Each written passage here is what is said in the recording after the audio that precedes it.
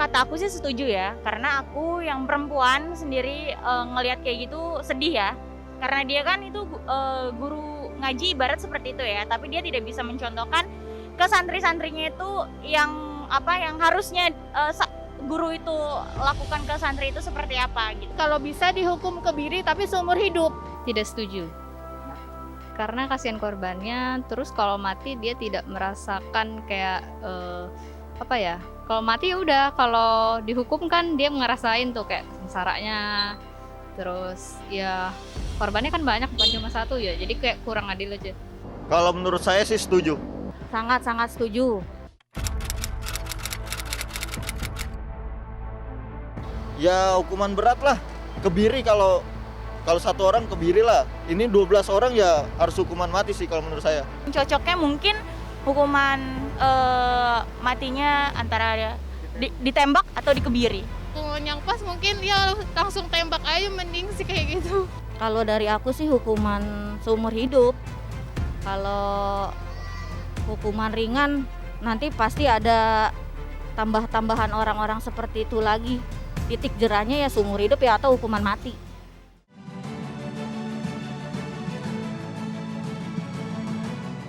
Pemirsa, itulah tadi video pro dan kontra pendapat masyarakat atas tuntutan mati oleh jaksa. Sekarang kita akan bertanya kepada Ibu Amelia. Apakah Anda setuju dengan tuntutan jaksa tersebut? Dan apakah ada hukuman lain untuk mewakili kepentingan daripada korban? Ya. Sebetulnya hukuman mati ini bukan opsi utama ya, bukan opsi yang utama. Jadi mungkin bisa dipertimbangkan hukuman seumur hidup begitu Bang Hotman ya. Jadi menurut saya penegakan hukum atas kasus-kasus kekerasan seksual itu problem utamanya itu bukan hukuman matinya, tetapi adalah soal paradigma hukumnya ya yang berperspektif pada korban. Anda tidak setuju hukuman mati atau gimana? Begini Bang Hotman, mayoritas negara di dunia sudah tidak lagi menggunakan hukuman mati. Ya. Jadi Ibu berpendapat tidak setuju hukuman mati? Yes or no? Saya tidak mau menjawab yes or no, tapi kalau ada hukuman lain sebagai opsi lain, bukan menjadi opsi utama hukuman mati tadi adalah hukuman seumur hidup. Tapi gitu. Negara kan rugi biaya dia seumur hidup di penjara. Sudah atau korban, kebiri sudah dapat. kimia. Kenapa? Atau kebiri kimia. Kebiri kimia. Iya, dilihat lagi case by case. Kita tidak bisa melihat pada satu kasus saja. Kita lihat lagi indikatornya apa. Apakah korbannya banyak begitu, Bang Hotman. Dari segi kepentingan korban perlu nggak ada tuntutan lain? Ya betul, bahwa begini, yang saya ingin soroti adalah konsistensi penegakan hukum pada kasus-kasus kekerasan seksual ya. Di mana titik simpulnya sekali lagi bukan hukuman matinya, tetapi adalah hak-hak korban di mata hukum yang harus dibenahi secara konsisten begitu ya. Apa hak-hak korban yang seharusnya dituntut? Ya, hak korban adalah seperti hak ganti rugi, kemudian hak pemulihan, kemudian hak hukum gitu ya. Itu yang harus diperjuangkan adalah hak hukum dan hak untuk mendapatkan keadilan.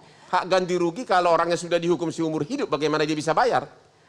Ya, hak itu adalah sebuah resiko ya bagi pelaku, dan ini juga apabila hak-hak ini dipenuhi akan menjadi efek jera bagi pelaku kekerasan seksual.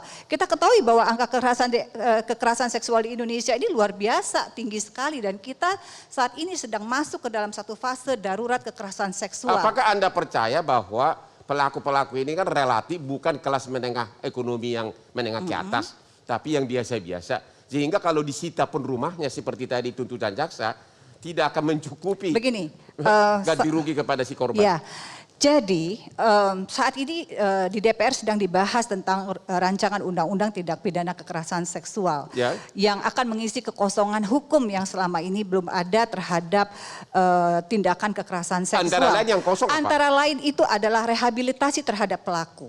Jadi pelaku orang sudah pelaku masih direhabilitasi. Dan pelaku ini kan dalam arti quote and quote adalah mempunyai masalah psikis ya, mental yang harus juga mendapatkan rehabilitasi atau pembinaan. Negara rugi sudah dia perkosa orang, ini pertanyaannya menjebak buat saya. Jadi kalau saya tadi katakan mungkin ada opsi lain. Jadi sekali lagi bahwa hukuman mati itu bukan opsi utama. Jadi kita bisa memberikan opsi-opsi lain, mungkin diantaranya adalah kebiri kimia atau hukuman seumur hidup. Oke, terima kasih. Jadi Ibu lebih condong kepada opsi lain, antara lain dikebiri. Ya, Pak Reza, ahli forensik, apakah Anda setuju kaitan antara perbuatan dengan hukuman mati tersebut dari segi psikologis? Kalau perdebatan tentang pro kontra hukuman mati itu menurut saya perdebatan klasik. Kenapa? Karena saya pribadi punya sikap definitif bahwa saya setuju hukuman mati. Karena Banyak alasannya. Pertama, karena kita acap kali mengabaikan suara atau aspirasi dari para korban. ya, Ada riset di negara-negara yang mempraktekkan victim impact statement Ya. bahwa korban ataupun keluarga korban diberikan ruang, diberikan kertas untuk bersuara terkait dengan apa hukuman yang sebaiknya ditimpakan kepada terdakwa. Kebanyakan jawabannya sama, yaitu hukuman mati. tapi Untuk kasus-kasus ekstrim ya. Tapi ratusan negara di dunia Ya. sesuai dengan riset justru tidak setuju. Tidak jadi hukuman persoalan bahwa negara-negara yang kemudian menerapkan rezim atau filosofi penghukuman yang berbeda, silakan saja. Hari ini pun kalau kita bicara hitam di atas putih, filosofi penghukuman kita adalah filosofi reintegrasi yang terwakili oleh kata pemasyarakatan. Ya. Tapi pada saat yang sama, dari pasal-pasal di dalam Undang-Undang Perlindungan Anak maupun dalam undang-undang yang lain, kita bisa baca bahwa warna atau filosofi retributif itu tetap berserak di sana-sini. Jadi saya sekali lagi Bang Hotman, Jadi secara psikologi, Ya. sesuai dengan bidang Bapak, apakah, Inilah yang saya ingin katakan. apakah hukuman mati itu membuat jera pelaku atau juga mencegah orang lain tidak berbuat hal yang sama? hukuman itu memiliki efek jera dengan dua sifat. Ya. Pertama, efek jera langsung, Ya. berarti bagi si pelaku. Nah, kalau pelaku sudah dihukum mati, tentu saja dia jera, tidak akan mengulangi perbuatannya. Itu sudah pasti kan ya. Oke. Nah, yang kedua adalah efek tidak langsung. Ya. Nah, efek tidak langsung ini akan bekerja kalau kemudian hukuman itu bekerja dengan memenuhi dengan dua unsur. Yaitu? Pertama, kecepatan dan keajegan. Oke. Nah, sekarang mari kita cek di Indonesia. Penjatuhan hukuman mati bagi predator seksual dilangsungkan secara cepat atau tidak? Tampaknya tidak. Karena hari ini yang bersangkutan divonis barangkali akan Dan dieksekusi. sampai hari ini, setahu saya kalau Pak Suparji juga sependapat, belum ada pelaku Nah. kejahatan seksual yang dihukuman mati. Kalau demikian adanya, maka persoalannya adalah pada aspek konsistensi. Bahwa Ya. antara predator satu dengan predator yang lain, diskrepansi atau kesenjangan hukumannya terlalu berbeda satu sama lain. Ya. Bicara efek psikologis Bang Hotman, menurut saya akan jauh kita berempati kalau kita bicara tentang efek hukuman mati bagi korban. Jadi bukan efek psikologis dari hukuman mati bagi si Efek hukuman pelaku. mati bagi korban Bagi apa? korban. Tadi saya katakan. Kepuasan. Ada istilah dalam psikologi forensik yaitu keadilan therapeutic justice. Oke, justice bagi Ya. korban, keadilan bagi korban. Bahwa proses berjalannya proses hukum dan titik hilir dari sebuah proses hukum itu memberikan efek terapeutik, memberikan efek peneduhan, memberikan efek penenangan bagi batin korban maupun keluarga korban. Itulah alasan Bapak bahwa hukuman Salah mati itu satu tepat. alasannya itu. Ya. Saya setuju dengan pemberlakuan hukuman mati. Saya juga setuju dengan adanya pengenaan tindakan kebiri. Kenapa saya- setuju tindakan kebiri? Karena bagi pelaku-pelaku yang tidak diganjar dengan hukuman mati, berarti kita kan dipaksa untuk membayangkan mereka suatu saat akan kembali ke tengah masyarakat. Nah, sebelum mereka kembali ke tengah masyarakat, maka memang mereka sepatutnya diberikan pengobatan Ya. dalam kurung tindakan kebiri. Ya. Di sini terjadi sebuah kesalahkaprahan besar pada masyarakat kita, termasuk pada para pembuat kebijakan, termasuk otoritas penegakan hukum sendiri. Pertanyaan saya, hukuman kebiri itu Bang Hotman pun salah kaprah.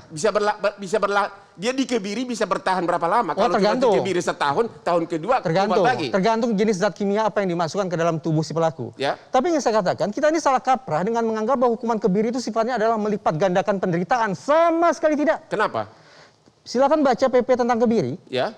Di dalam PP tersebut, kebiri itu dikemas, didesain, dilaksanakan sedemikian rupa sebagai bentuk pengobatan bagi yang bersangkutan. Pengobatan bagi si pelaku. Agar libido seksualnya menjadi terkendali. Berarti sekali lagi kita bayangkan, bahwa kalau si pelaku ini libidonya sudah terkendali, maka suatu saat dia kembali ke tengah masyarakat, dia tidak akan menjadi ancaman bagi masyarakat, wabil khusus bagi anak-anak. Oke. Nah, dengan kata lain, menggandengkan hukuman mati, dibukanya identitas, keharusan membayar ganti rugi, itu memiliki benang merah yang sama. Ya. Tapi ketika kemudian ditambah dengan kebiri, menurut saya ini bertolak belakang betul. Karena kebiri, sekali lagi, filosofinya bukanlah filosofi retributif, melipat gandakan rasa sakit, bukan. Ya. Tapi kebiri di Indonesia ditegakkan dengan filosofi rehabilitasi yang berlanjut dengan reintegrasi. Sulit Oke. bagi saya membayangkan sesaat jaksa mengatakan, yang mulia, jatuhilah hukuman mati kepada terdakwa Tapi ini. kemudian dibawa ke masyarakat. Tapi kemudian berubah pikirannya. Yang mulia, berikanlah pengobatan kepada orang ini agar suatu saat dia bisa kembali ke tengah masyarakat, kembali ke pelukan keluarganya. Berbaliknya 180 derajat pemikiran jaksa itulah yang sungguh-sungguh sulit saya pahami. Ya. Ringkasnya, Harusnya apa? Hukuman mati, hukuman salah mati satu begitu. saja.